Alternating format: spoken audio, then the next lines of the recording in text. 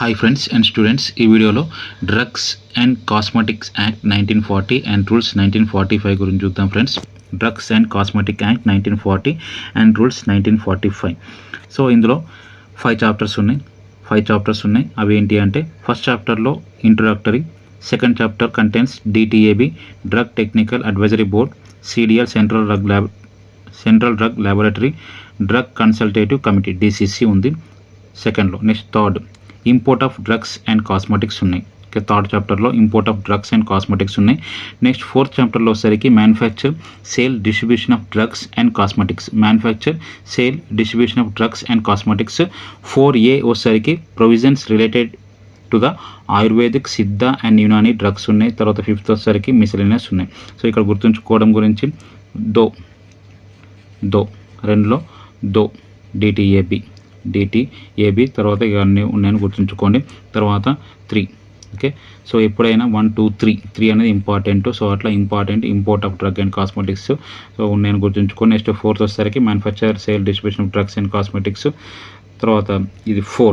Okay, drug and cosmetic act ఎందుకోసం ఉంది అంటే manufacture and sale, distribution of drugs and cosmetics గురించే ఉంది. For drug and cosmetic act, for manufacture, sale, distribution of drug and cosmetics. So అట్లా ఫోర్త్లో ఇది ఉందని గుర్తుంచుకొని. నెక్స్ట్ 4A ఆయుర్వేద, సిద్ధ, యునాని డ్రగ్స్. నెక్స్ట్ ఫిఫ్త్ వచ్చరికి మిసెలేనియస్ ఉన్నాయి.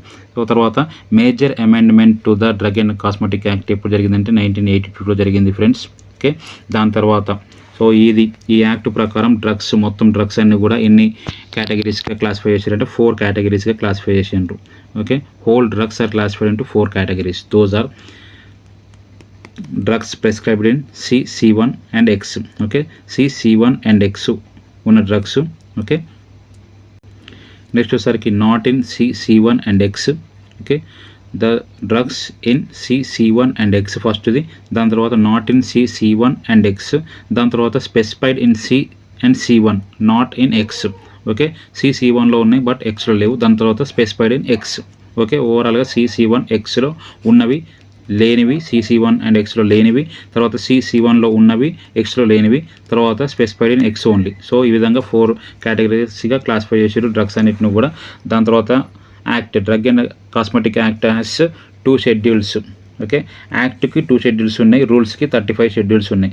యాక్ట్కి 2 షెడ్యూల్స్ ఉన్నాయి, రూల్స్కి 35 షెడ్యూల్స్ ఉన్నాయి. సో ఇవి చాలా ఇంపార్టెంట్ ఫ్రెండ్స్, ఎగ్జామ్లో అడగడానికి ఎక్కువ ఆస్కారం ఉంది. ఈ 2 షెడ్యూల్స్ గురించి ఇక్కడ చూద్దాం. 35 షెడ్యూల్స్ గురించి తర్వాత నేను అవి పిక్స్ పెడతా, చదువుకోండి. ఓకే, ఇక్కడ యాక్ట్ వచ్చేసరికి 2 షెడ్యూల్స్ ఉన్నాయి కదా. సో ఆ 2 షెడ్యూల్స్ ఏంటంటే, ఫస్ట్ షెడ్యూల్స్ ఏముందంటే list of names of books under Ayurvedic, Siddha, Unani Tibb systems.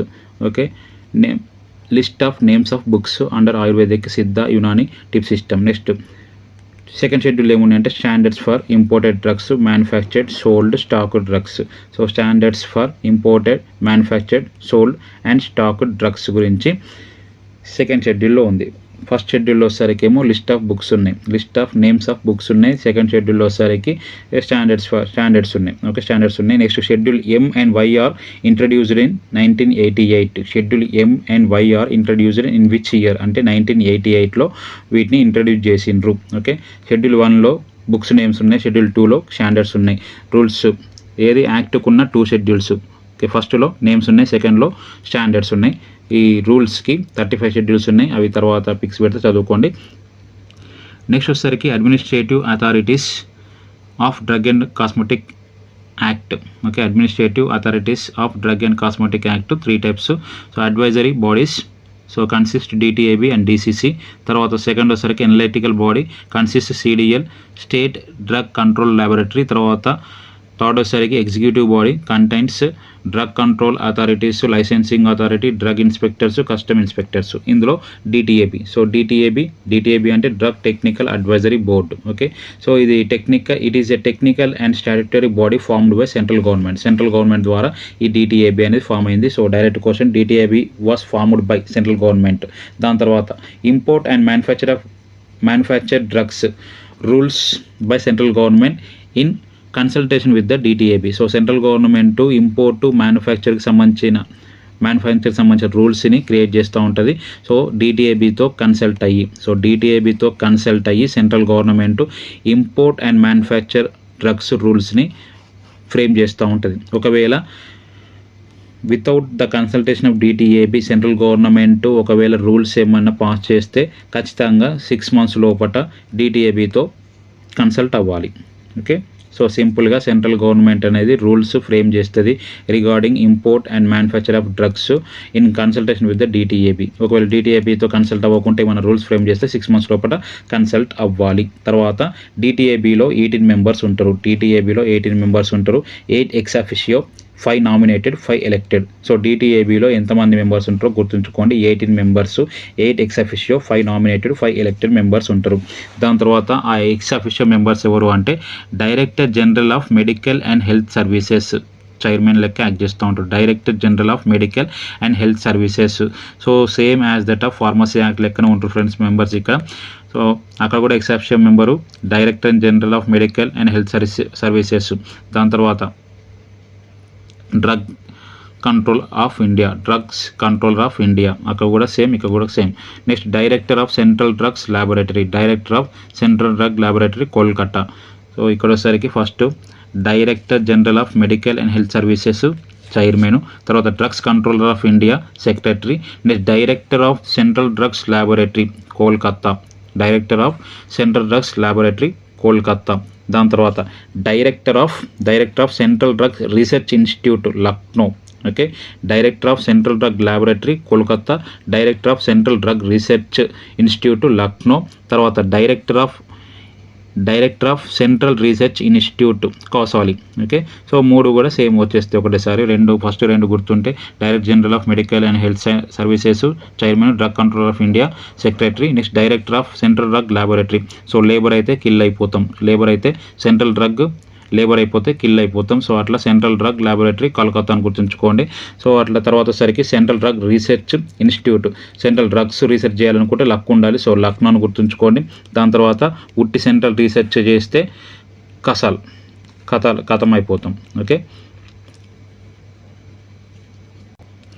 So already ఇక్కడ కథం గుర్తుంచుకున్నాం ఫ్రెండ్స్. ఇక్కడ custom.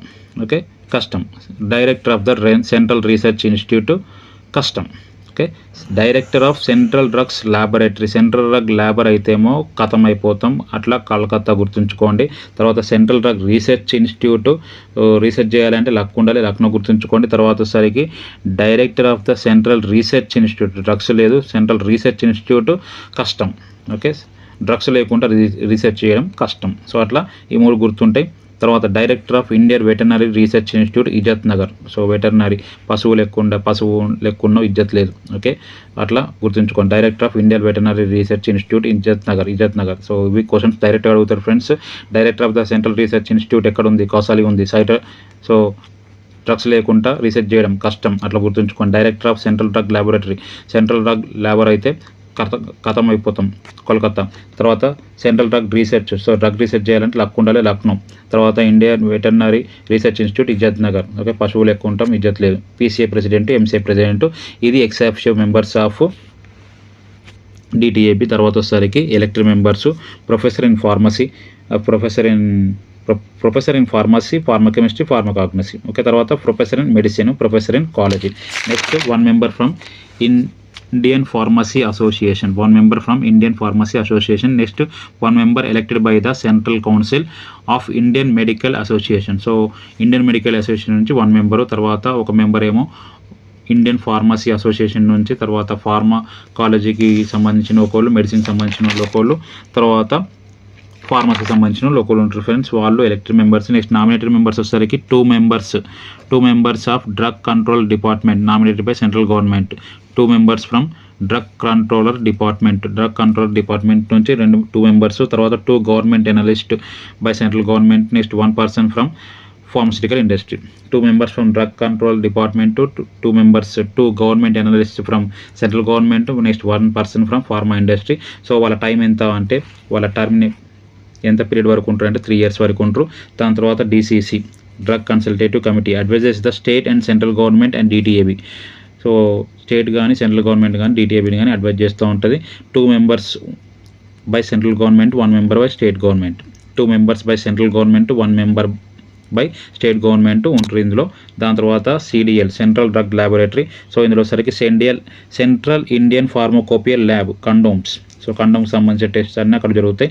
Central Indian pharmacopoeial lab. So ఈ డైరెక్ట్ క్వశ్చన్ అడుగుతాడు. సో కండోమ్కి సంబంధించిన టెస్ట్లు ఎక్కడ జరుగుతాయంటే central Indian pharmacopoeial lab. Next homeopathic pharmacopoeial lab Ghaziabad, homeopathic pharmacopoeial lab. So homeopathic మెడిసిన్కి సంబంధించిన ల్యాబ్ అది. ఓకే, ఇక్కడ ఈ ఫార్మకోపియల్ ల్యాబ్ కానీ హోమియోపతిక్ ఫార్మకోపియల్ ల్యాబ్ కానీ గజియాబాద్లో ఉంది. ఫార్మకోపియల్ ల్యాబ్ అనగానే గజియాబాద్ మీరు పెట్టుకోండి.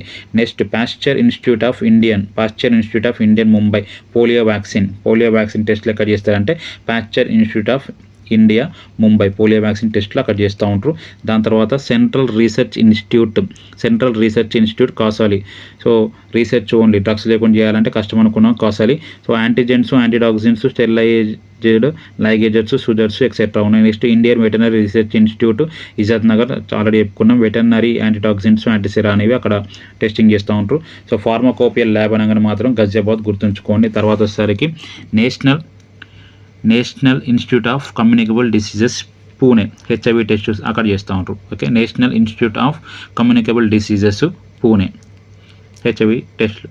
తర్వాత ఈ డ్రగ్ అండ్ కాస్మెటిక్ యాక్ట్స్లో కొన్ని డ్రగ్స్ అంటే కొన్ని డెఫినేషన్ చూద్దాం ఫ్రెండ్స్. డేంజరస్ డ్రగ్ అంటే ఏంటి అంటే a drug derived from the opium. Dangerous drug అంటే a drug derived from the opium. Next misbranded drug అంటే not label in the prescribed manner, misbranded drug. Next spurious drug అంటే imported under a name that belongs to another drug. So వేరే drug name కింద import చేసుకుంటే దాన్ని spurious drug అంటాం. So label correct లేకపోతే misbranded drug అంటాం. So drug derived from the opium వచ్చేసరికి dangerous drug అంటాం. తర్వాత లేబుల్స్ ఎట్లుండాలి చూద్దాం ఫ్రెండ్స్. షెడ్యూల్ సి డ్రగ్ అయితే pass the test for maximum toxicity potency in units ఖచ్చితంగా ఉండాలి లేబుల్ మీద. షెడ్యూల్ సి డ్రగ్స్ అయితే pass the test for maximum toxicity and potency in units ఖచ్చితంగా ఉండాలి. C1కి పొటెన్సీ ఇన్ యూనిట్స్ ఖచ్చితంగా ఉండాలి. తర్వాత షెడ్యూల్ జీ డ్రగ్ వచ్చేసరికి under medical supervision only, red line 1 millimeter thickness left సైడ్లో ఉండాలి. సో జీ డ్రగ్ వచ్చేసరికి ఖచ్చితంగా మెడికల్ సూపర్విజన్ కిందనే ఇవ్వాలి అని పైన లేబుల్ ఉండాలి. సో రెడ్ లైన్ ఉండాలి.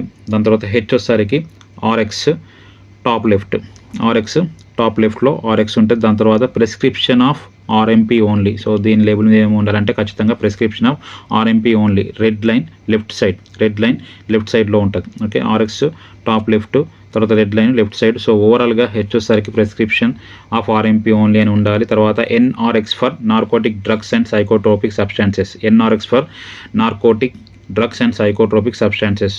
సో షెడ్యూల్ హెచ్ డ్రగ్స్కి వచ్చేసరికి ఆర్ఎక్స్ అనేది టాప్ లెఫ్ట్లో ఉండాలి, ఆర్ఎక్స్ ఉండాలి. తర్వాత narcotic drugs and psychotropic substances వచ్చేసరికి ఎన్ఆర్ఎక్స్ టాప్ లెఫ్ట్లో ఉండాలి. దాని తర్వాత ఎక్స్ అయితే ఎక్స్ఆర్ఎక్స్ ఉండాలి, రెడ్ కలర్లో ఉండాలి. షెడ్యూల్ ఎక్స్ డ్రగ్స్ అయితే ఎక్స్ఆర్ఎస్ రెడ్ కలర్లో ఉండాలి. సో ఓవరాల్గా లెఫ్ట్ సైడ్లోనే ఉంటాయి, మొత్తం ఇవి కూడా లెఫ్ట్ సైడ్లోనే ఉంటాయి.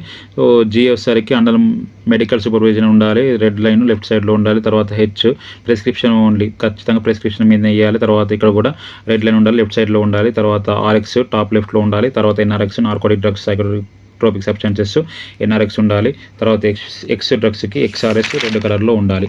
దాని తర్వాత records of schedule H drugs. So C1 records of schedule H drugs C1 3 years maintain చేయాలి. ఓకే, ఓవరాల్గా records of schedule H drugs ఎన్ని ఇయర్స్ మెయింటైన్ చేయాలంటే 3 years ఖచ్చితంగా మెయింటైన్ చేయాలి. Records related to all the activities, so మిగతా activities అన్నిటికి సంబంధించిన records 2 years maintain చేయాలి. Records related to the schedule H drugs C1 3 years maintain చేయాలి. Schedule H drugs C1